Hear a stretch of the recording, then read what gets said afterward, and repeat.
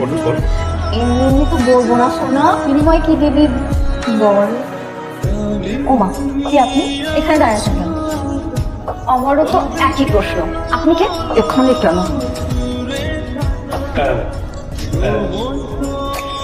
তুমি দিদি নিজু, এই সেই দিদি থাকে আমি এতদিন ধরে খুঁজতেছি। আপনি আমাকে খুঁজছেন কেন? এখন তোমার আপনি আমাকে তুমি করে বল, প্রায় 1 বছর হয়ে গেছে তুই এখন পর্যন্ত তোমার সাথে আমার দেখা করতে পারো না, এটা কোনো কথা? এই মিজুটা কি? মিজু আর আমাকে মির্জা, তোকে মিজু মিজু বলেই ডাকি। আর আপনি কে? আরে ওই তোমার বেস্ট ফ্রেন্ড কাজু, ও কোথায় তোমাকে বললাম?